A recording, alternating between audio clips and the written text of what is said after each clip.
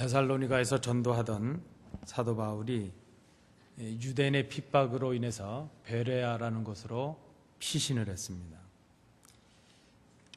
그곳에 피해서 기회를 얻는 대로 다시 데살로니가로 돌아가려는 그런 마음을 가지고 있었습니다. 실제로 보면 사도 바울은 그 베레아에서 데살로니가로 돌아가기 위해서 한 2번 정도 시도를 했지만 여의치 못했다는 것을 고백을 하기도 했습니다.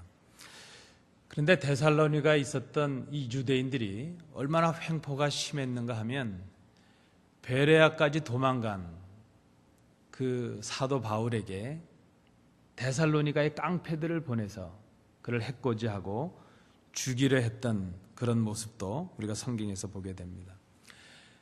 베레아에 머물지 못하게 되니까 다시 사도 바울은 데살로니가에 자신이 가려던 마음을 접고 자기의 동역자인 디모데를 데살로니가로 보내고 바울 자신은 아덴이라는 곳으로 피했다가 이제 고린도라는 곳으로 자리를 옮기게 됩니다. 지금 이 데살로니가서를 쓰고 있는 사도 바울의 위치가 바로 고린도이죠. 지금 사도 바울은 고린도에 있습니다. 고린도에서 데살로니가 교회 그리고 데살로니가 교회의 성도들을 생각을 하고 있습니다. 자신이 데살로니가에서 행했던 사역이 어땠는가 그것을 생각을 합니다.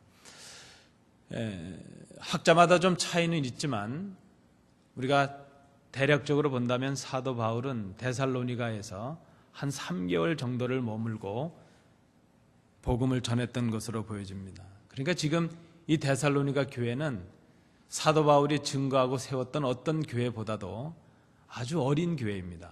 이제 막 시작하는 연약한 교회였습니다. 그러니까 지금 특별히 사도 바울의 근심이 더 컸겠다 생각이 됩니다. 마침 그때 디모데가 데살로니가에서 돌아왔습니다. 돌아와서 사도 바울에게 데살로니가의 상황이 어떠하다 하는 것을 전해 주었습니다. 사도 바울이 떠나간 그 자리, 데살로니가 교인들이 떠나간 바울을 원망하지 않고 있다는 것이죠. 사실 사도 바울이 데살로니가 오기 전에 빌립보에서 전도를 했는데 빌립보에서 사도 바울은 어려움을 당하고 그저 쫓겨서 데살로니가로 왔습니다. 그것을 데살로니가 교회 성도들이 알고 있습니다. 쫓겨온 목사를, 쫓겨온 교육자를 좋아할 교회가 없겠죠. 근데 지금 사실 사도 바울은 빌립보에서 옥에 갇히고 거반 죽을 뻔한 일을 당하다가 겨우 데살로니가에 와서 전도를 하게 되었습니다. 그런데 이 데살로니가 교인들이 빌립보에서 사도 바울이 당했던 그 어려운 일들을 이해하고 그에게 말씀을 듣고 신앙을 갖게 되었습니다. 그리고 3개월밖에 머물지 못하고 또 어려움을 당해서 떠나버린 바울이었지만 그럼에도 불구하고 바울을 원망하지 않고 오히려 그 고난과 박해 중에서도 믿음에 굳게 서서 믿음의 진보를 이루고 있다는 소식을 바로 디모데로부터 듣게 되었습니다. 그 소식을 들은 사도 바울이 급하게 편지를 썼습니다. 그 편지가 바로 데살로니가 전서입니다. 고난 속에 있는 교회를 위로하고 격려하기 위함이었을 것입니다. 그리고 좀 미안한 마음을 가지고 있는 그 교회를 향해서 그런 고난 속에서도 믿음으로 나가는 그 교회, 믿음으로 굳게 서는 교회를 향해서 감사를 표하기 위해서 데살로니가를 썼습니다. 그런 의미에서 보면 데살로니가 이 전후서는 어떤 사도 바울의 편지보다도 그저 신학적이라거나 교리적인 교훈보다는 감사의 내용으로, 격려의 내용으로 가득 차 있는 편지라 말할 수 있을 것입니다. 먼저 사도 바울은 데살로니가 교회를 향해서 편지를 쓰면서 그 교회를 생각하면서 자신의 지난 전도 사역을 회고하고 있습니다. 회상을 하고 있습니다. 눈에 보여지는 대로 생각을 한다면 데살로니가에서 이 바울의 전도는 실패한 것처럼 보여집니다. 겨우 3달 정도밖에 머물지 못했습니다. 어떤 학자들은 3주 정도, 제대로 복음을 전한 것은 3주 정도밖에 안 됐을 것이다. 그렇게 주장하는 사람들이 있기도 합니다. 그저 길게 본다면 석 달일 텐데 겨우 석 달 정도를 머물면서 복음을 전한 것이 전부였기 때문에 그저 겉으로 보여지기는 사도 바울이 이 데살로니가에서의 전도가 실패한 것이 아니냐 이렇게 보여질 수도 있을 것입니다. 수고했던 모든 일들이 헛된 것처럼 보여집니다. 우리가 그 헛수고라는 말을 쓰지 않습니까? 헛수고. 수고는 했는데 아무 보람이나 열매가 없다 하는 것이죠. 사도 바울이 복음을 전한다는 것 때문에 얼마나 많은 반대와 얼마나 많은 거역과 얼마나 많은 핍박을 받아야 했는지 모릅니다. 사랑을 심었는데 아무도 그 사랑을 알아주는 것 같지가 않습니다. 땀 흘리고 수고했는데 아무것도 없는 것 같아 보입니다. 그저 겉으로 보면 사도 바울이 석 달 동안 헛수고했구나 그렇게 보여집니다. 그런데 오늘 본문을 잘 보면 사도 바울은 자신이 석 달 정도밖에 돌보지 못했던 그 데살로니가 교회를 통해서 겉으로는 보여지지 않는 귀한 열매가 있음을 발견하고 있습니다. 데살로니가 교회에서의 그 지역에서의 수고가 헛된 일이 아니었다는 것을 깨닫고 있습니다. 이 감격과 기쁨과 감사를 데살로니가 교회와 함께 나누기를 원하고 있습니다. 오늘 본문에 보면 그 사도 바울이 발견하는 세 가지 감격을 찾아볼 수 있습니다. 첫 번째는 이런 교훈입니다. 2절 말씀을 중심으로 보시면 저는 제목을 이렇게 붙여보았습니다.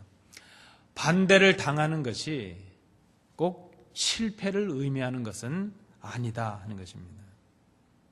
사도 바울은 복음을 전했습니다. 그런데 복음을 전한다는 것 때문에 혹독한 반대를 받을 수밖에 없었습니다. 말씀드린 대로 사도 바울은 데살로니가에 오기 전에 빌립보라는 곳에서 복음을 전했습니다. 빌립보는 여러분 아시는 대로 마게도냐 지역에 와서 첫 번째로 전한 복음의 지역이었습니다. 사도 바울은 특별히 그곳에서 점치는 여자 한 분을 고쳐주었습니다. 그렇게 되니까 그 점치는 여자가 정상적인 여인이 된 것으로 인해서 그를 통해서 돈을 벌고 있었던 주인들이 사도 바울을 고소하게 되었습니다. 사도 바울이 매를 맞고 갇히는 일이 생겼습니다. 그런데 옥에 갇혔던 사도 바울이 그 옥에 갇힘으로 인해서 사도 바울을 감시하고 있던 간수가 회개하고 복음을 받아들이는 기적 같은 일이 복음의 역사가 일어나게 되었습니다. 오늘 본문의 2절에 바로 그 말씀을 하고 있습니다. 2절 말씀해 보시면 너희가 아는 바와 같이 우리가 먼저 빌립보에서 고난과 능력을 당하였으나 우리 하나님을 힘입어 이렇게 말하죠. 마찬가지로 지금 데살로니가로 왔는데 데살로니가에서도 그런 일들이 일어나고 있다는 것입니다. 복음을 전하는 바울에게 반대가 있고 핍박이 있고 모진 고난이 있었다는 것입니다. 그런데 동일하게 빌립보에서 그 고난의 역사를 복음의 역사로 바꾸셨던 하나님의 역사가 바로 이 데살로니가에서도 일어나고 있다는 것입니다. 그리고 그 증거가 바로 너희들이라 하는 것을 말하고 있습니다. 데살로니가 교회, 이 교회 안에도 지금 유대인들의 혹독한 핍박과 박해가 계속되고 있습니다. 그런데 아직 연약하다고 생각했던 이 데살로니가 교회가 오히려 믿음으로 굳게 선다는 그 소식, 그 고난과 박해 속에서도 믿음으로 굳건하게 믿음의 경주를 다하고 있다는 그 디모데의 말을 들은 이 사도 바울이 바로 이 데살로니가 성도들이 고난과 박해의 역사를 넘어서는 복음의 역사의 주인공들이라는 것을 말씀으로 지금 하고 있다는 것입니다. 바로 그것이 자신이 빌립보에서 경험했던 복음의 역사와도 마찬가지로 데살로니가에서도 이 복음의 역사가 있다는 증거가 되었다 이렇게 지금 고백하고 있습니다. 여러분, 우리는 평안해야 다른 것들도 좋아질 것이라 생각을 합니다. 그런데 꼭 그렇지는 않은 것 같습니다. 우리가 생각할 때는 교회가 평안해야 우리의 믿음이 성장할 것이라 생각하지만 아닐 수도 있다는 것입니다. 오히려 교회가 시련이 있고 고난 중에 있을 때 진정한 믿음의 성장이 있을 수 있고 또 진짜 믿음, 가짜 믿음을 구별하는 기회가 될 수도 있기 때문입니다. 그리고 그러한 시련과 고난 중에 우리의 믿음을 성장하게 하는 것이 바로 오직 하나님의 복음의 말씀인 것을 우리 오늘 본문에서 사도 바울이 말씀하고 있습니다. 2절을 우리 함께 읽어보시겠습니다. 너희가 아는 바와 같이 우리가 먼저 빌립보에서 고난과 능력을 당하였으나 우리 하나님을 힘입어 많은 싸움 중에 하나님의 복음을 너희에게 전하였노라. 여전히 빌립보에서 당했던 고난이 데살로니가 왔을 때도 있었죠. 많은 싸움이 있었다는 것입니다. 그러나 하나님의 복음으로 승리를 경험했고 그 증거가 바로 믿음에 굳게 서 있는 데살로니가 성도들 너희들이라 하는 것을 말하고 있습니다. 여러분, 우리가 옳은 일을 하다가 반대를 당한다고 할 때에 그렇게 실망할 일이 아닙니다. 그렇게 낙심할 일도 아닙니다. 수고했는데 그저 빨리 겉으로 보여지는 열매가 없다는 것 때문에 그렇게 절망할 일도 아니라 생각을 합니다. 아, 우리의 수고가 헛되었구나, 그렇게 속단할 일도 아닙니다. 우리가 살아가는 이 세상이 늘 반전이 있는 것처럼 하나님의 역사는 반전이 있을 수 있습니다. 더욱이 우리가 말씀을 전하고 말씀대로 살다가 반대와 고난을 당할 수 있다는 것, 그것을 이상하게 여기지 말아야 될 것입니다. 그때 우리가 생각해야 될 일입니다. 내 수고가 헛된 것은 아닌가, 그런 생각하지 말아야 된다는 것입니다. 말씀드린 대로 옳은 일을 하다가 반대도 받을 수 있고 복음을 전하다가 반대도 받을 수 있지만 반대를 받는다고 해서 다 실패한 것은 아니라는 것입니다. 오히려 하나님께서 그 반대를 통해서 하나님의 복음을 더욱더 드러나게 하시기 때문입니다. 그것이 복음의 역사요, 교회의 역사입니다. 그것이 바로 성도들이 살아가는 삶이라, 믿음의 삶이라 생각을 해야 될 것입니다. 두 번째, 사도 바울을 통해서 우리가 발견하는 또 하나의 복음의 감격이 있다면 그것은 3절부터 6절의 말씀입니다. 저는 제목을 이렇게 붙여보았습니다. 복음을 전하는 것은 하나님을 기쁘시게 하는 것이라 하는 것을 사도 바울이 깨달았다는 것입니다.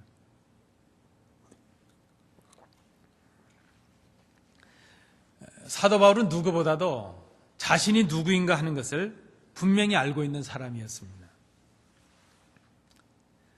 바울은 자신이 하나님의 택하심을 받은 사람, 특별히 복음을 위탁받기 위해서, 복음을 증거하기 위해서 하나님의 택하심을 받은 사람임을 분명히 인식을 하고 있습니다. 자신을 부르신 분이 누구인가 하는 것을 알고 있는 사람, 자신이 누구인가 하는 것을 알고 있는 사람, 그 사람은 나에게 주어진 사명이 무엇인지, 내가 이 땅을 살아가는 목적이 무엇인지 하는 것을 분명히 알 수 있는 사람이 될 것입니다. 대개 우리가 사명대로 살지 못하는 이유가 있다면, 우리가 우리에게 주신 목적대로 살지 못하는 이유가 있다면 내가 누구인가 하는 것을 분명하게 깨닫고 있지 못하기 때문입니다. 그래서 오늘 본문에도 보면 사도 바울은 복음을 전하는 자신의 원초적인 이유는 사람을 기쁘게 하는 데 있지 않다는 것을 고백을 합니다. 왜 그런가 하면 복음을 맡기고 그 복음을 전하게 하시기 위해서 부르신 분이 바로 사람이 아니라 하나님이시라 하는 것을 그가 깨닫고 있기 때문입니다. 오직 그 자신의 주인 되시는 하나님을 기쁘시게 하는 것, 그것이 이제는 살아가는 사도 바울의 목적이 되었고 복음을 전하는 목적이 되었다는 것입니다. 그래서 바울은 이렇게 고백을 합니다. 내가 복음을 전함에 있어서 간사함이나 부정이나 속임수로 하지 않았다, 이렇게 말합니다. 간사함이나 부정이나 속임수로 하지 않았다는 이 말은 정확한 하나님의 말씀을 전하기 위해서 자신의 가르침이 아니라 하나님의 가르침을 전하기에 전무했다 하는 그런 의미로 해석을 하는 것이 바람직합니다. 하나님의 말씀, 하나님의 교훈에 비해 보면 사람의 생각은 간사한 것이요, 속임수에 불과한 것이요, 부정한 것처럼 보여질 수 있다는 그런 의미입니다. 그저 자신은 하나님의 말씀만을 전하기 위해서 애썼다는 것입니다. 그래서 하나님의 말씀을 전하는 데 있어서 사람에게 잘 보이려고 아첨하는 말, 그런 거 하지 않았다 고백을 합니다.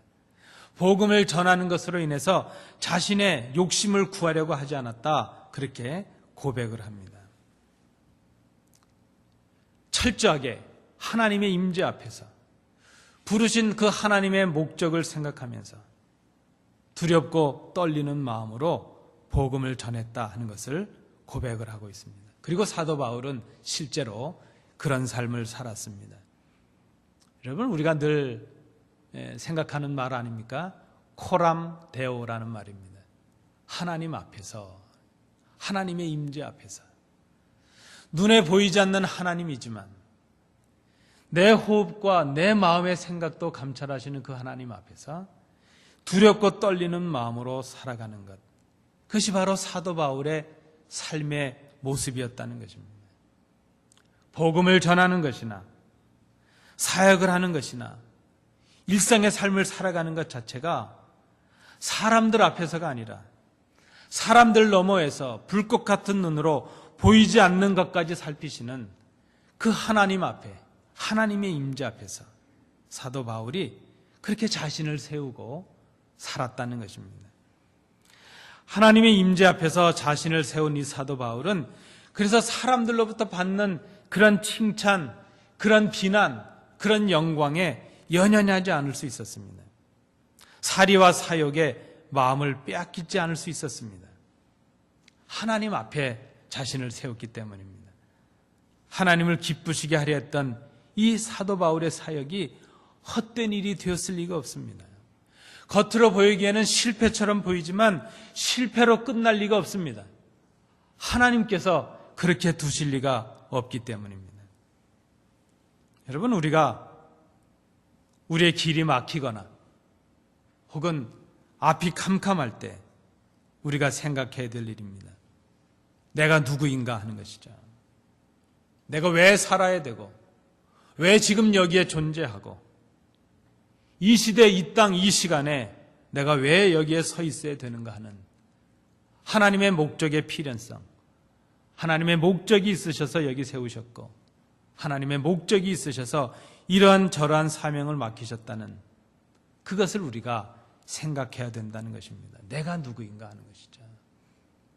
특별히 하나님 앞에서, 이웃 앞에서, 교회 앞에서 내가 누구인가.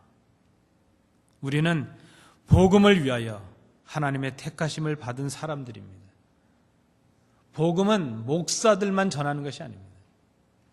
오히려 목사들은 복음을 전하는 성도들을 훈련하는 사람이라면 삶 속에서 복음을 증언하고 증거해야 될 사람들은 오히려 성도들이십니다. 우리는 복음을 위하여 하나님의 택하심을 받은 사람들입니다. 그래서 우리는 매 순간 매 순간마다 하나님의 임재 앞에 서 있습니다. 우리가 하나님의 함께 하신 것을 느끼든 아니든 간에 우리는 늘 하나님의 불꽃 같은 눈 앞에, 하나님의 어미하신 말씀 앞에 우리 자신을 세워야 될 것입니다. 아니, 우리가 그렇게 서 있습니다. 하나님을 기쁘시게 하는 것이 우리의 목적이요, 우리가 존재해야 될 이유가 될 것입니다. 우리가 하나님을 기쁘시게 하기 위해서 수고하고 그것을 위해서 우리가 헌신하고 그것을 위해서 봉사했다면 지금 비록 결과가 보이지 않는다 할지라도 낙심할 일이 아닙니다. 기뻐할 일입니다. 하나님께서 우리의 그 수고를 헛되지 않게 하시기 때문입니다. 사도 바울은 빌립보에서 복음을 전하다가 쫓겨왔습니다. 그런데 쫓겨와서 열매를 보았습니다. 데살로니가에서 또 목숨을 구걸하며 쫓겨와서 아덴과 고린도로 왔습니다. 그런데 쫓겨와서야, 피해 와서야 데살로니가의 복음의 역사를 보게 되었습니다. 우리의 수고를 헛되지 않게 하시는 분은 하나님이십니다. 하나님께서 하나님을 위한 복음의 역사, 그 열매를 거두게 하신다는 것을 우리가 기억해야 될 것입니다. 마지막 세 번째, 사도 바울이 감격하는 또 복음의 역사 세 번째입니다. 본문 7절, 8절을 중심으로 이렇게 제목을 정해보았습니다. 결국 복음을 전하는 것, 하나님의 일을 한다는 것은 사랑을 심는 것이라, 사도 바울의 표현에 의하면 사람을 사랑하는 일이다, 이렇게 정리할 수 있겠습니다. 여러분, 복음을 전하는 것이 무엇입니까? 그로하여금 죄인된 자리에서 벗어나서 하나님의 사랑받는 자녀가 되게 하는 것이요, 그도 누군가를 복음으로 사랑하는 사람이 되게 하는 것이죠. 결국 그것은, 내가 누구에게 복음을 전한다는 것은 내가 그를 사랑하는 결단의 과정이라는 것을 생각해야 될 것입니다. 그런 의미에서 복음을 전하는 일, 하나님의 일을 하는 일, 이것은 사람을 사랑하는 일이라 말할 수 있을 것입니다. 그래서 사도 바울은 주님의 일을 하는 자신이 유순한 자가 되었다, 이렇게 고백을 합니다. 유순하다는 이 말은 어린아이 같이 되었다는 것입니다. 저는 어린아이 같이 되었다는 이 의미를 정직하다 혹은 천진난만하다, 투명하다 하는 의미로 해석을 하고 싶습니다. 어린아이에게 보여줄 수 있는 찬사가 있습니다. 가끔 우리 성도님들 혹시 젊은 애기 엄마들, 이렇게 아기들이 그 유모차에 있거나 그래서 보면, 이 아이들을 보면 이렇게 예쁘다고 하셔야 된답니다. 젊은 사람들은 금방 안답니다. 아이를 봤는데 아이가 이렇게 좀 예쁘지 않으면 어른들이 그러신다 그러대요. 아유, 이놈 장군 같구나. 근데 딸한테 장군 같다 그러면 또 신뢰가 되겠죠. 그러니까 예쁘지 않아도 좀 우리 눈에 다르도 예쁘다 그래야 되겠죠. 그러나 실제로 어린아이들의 예쁘다는 것은 외모에 있는 것이 아니지 않습니까? 어린아이가 예쁘다는 것은 저는 투명함 속에 있다고 생각합니다. 어린아이들을 보면 투명해 보이는 것 같아요. 마치 맑은 물을 보는 것 같지 않습니까? 거짓도 없고 사심도 없고, 그저 욕심을 부려도 그 욕심이 귀엽게 다 비춰지고. 그래서 유순한 자가 되었다, 이 말은 어린아이 같이 그렇게 정직하고 깨끗한 사람이 되려고 했다는 그런 의미로 보여집니다. 또 때로 사도 바울은 자기 자녀를 돌보는 유모와 같은 마음으로 복음을 전했다, 그렇게 말합니다. 그것은 자녀에게 젖을 물리는 그 어머니, 그 아이에게 자신의 생명을 나누는 어머니, 그것은 곧 사랑을 심는 일이라 그렇게 볼 수 있습니다. 사도 바울은 복음을 전하기 위해서 자신을 순전하고 깨끗한 사람이 되도록 노력했고, 그리고 사랑을 심기 위해서 노력했다는 그런 의미로 이 두 부분을 해석할 수 있을 것입니다. 복음을 전하는 일, 주님의 일을 감당하는 일이 사랑을 전하는 일이라면, 그러면 그 일을 감당하는 사람은 사랑할 수 있는 사람이 되어야 될 것입니다. 대개 심리학자들이 그런 지적을 합니다. 사랑을 잘 할 줄 모르는 사람들은 사랑받은 경험이 많이 없기 때문이라 그럽니다. 여러분, 우리 상호 간에 서로 우리가 사랑을 잘 하지 못한다면 우리가 사랑받은 경험이 많이 없기 때문일 수 있다는 것이죠. 그래서 우리가 어릴 때 사랑에 결핍된 가정에서 자라보면 극단적인 두 종류가 나타나는데, 아주 사랑을 애쓰는 종류가 나타날 수도 있고 그런 성품으로 나타날 수도 있지만, 또 극단적으로 사랑에 대해서, 다른 사람들에 대해서 마음을 닫아버리는 결과가 나타날 수 있다는 것입니다. 그런 예들은 많지 않습니까?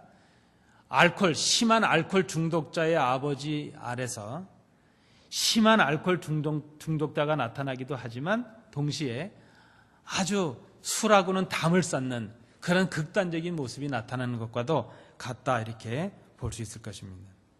복음을 전하는 사람, 주님의 일을 감당하려는 사람, 그 사람은 그 무엇보다도 갖춰야 될 자격이 있다면 사랑할 줄 아는 사람이 되는 것입니다.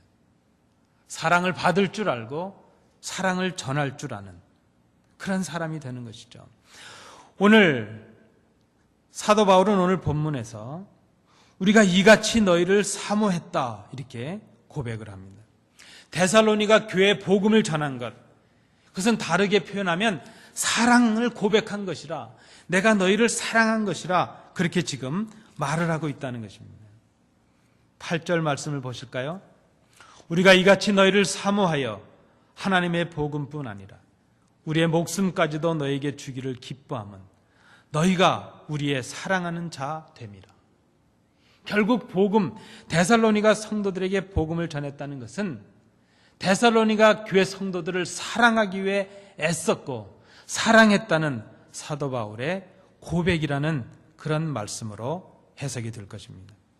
주님께서도 말씀하셨습니다. 요한복음 15장 13절에서 사람이 친구를 위하여, 사람이 다른 사람을 위하여 목숨을 버릴 수 있다면 이보다 더 큰 사랑이 없을 것이다 말씀하셨습니다.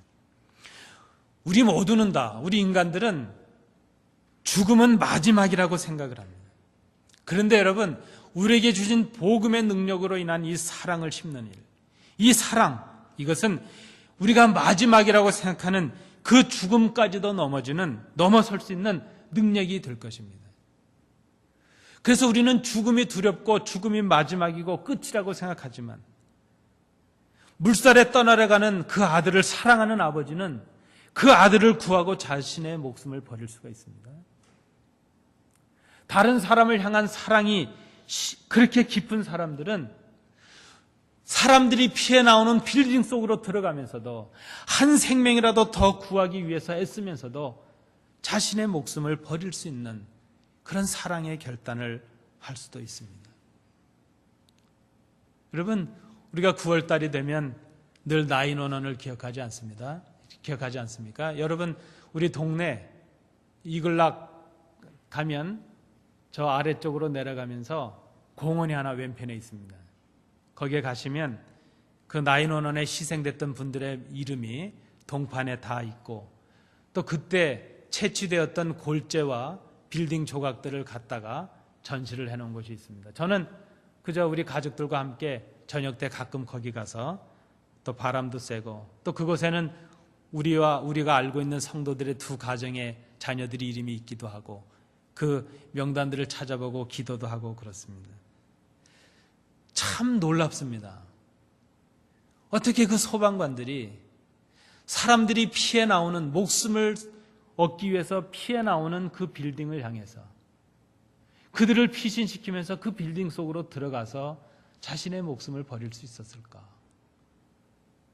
사랑의 능력으로만이 가능한 것이죠.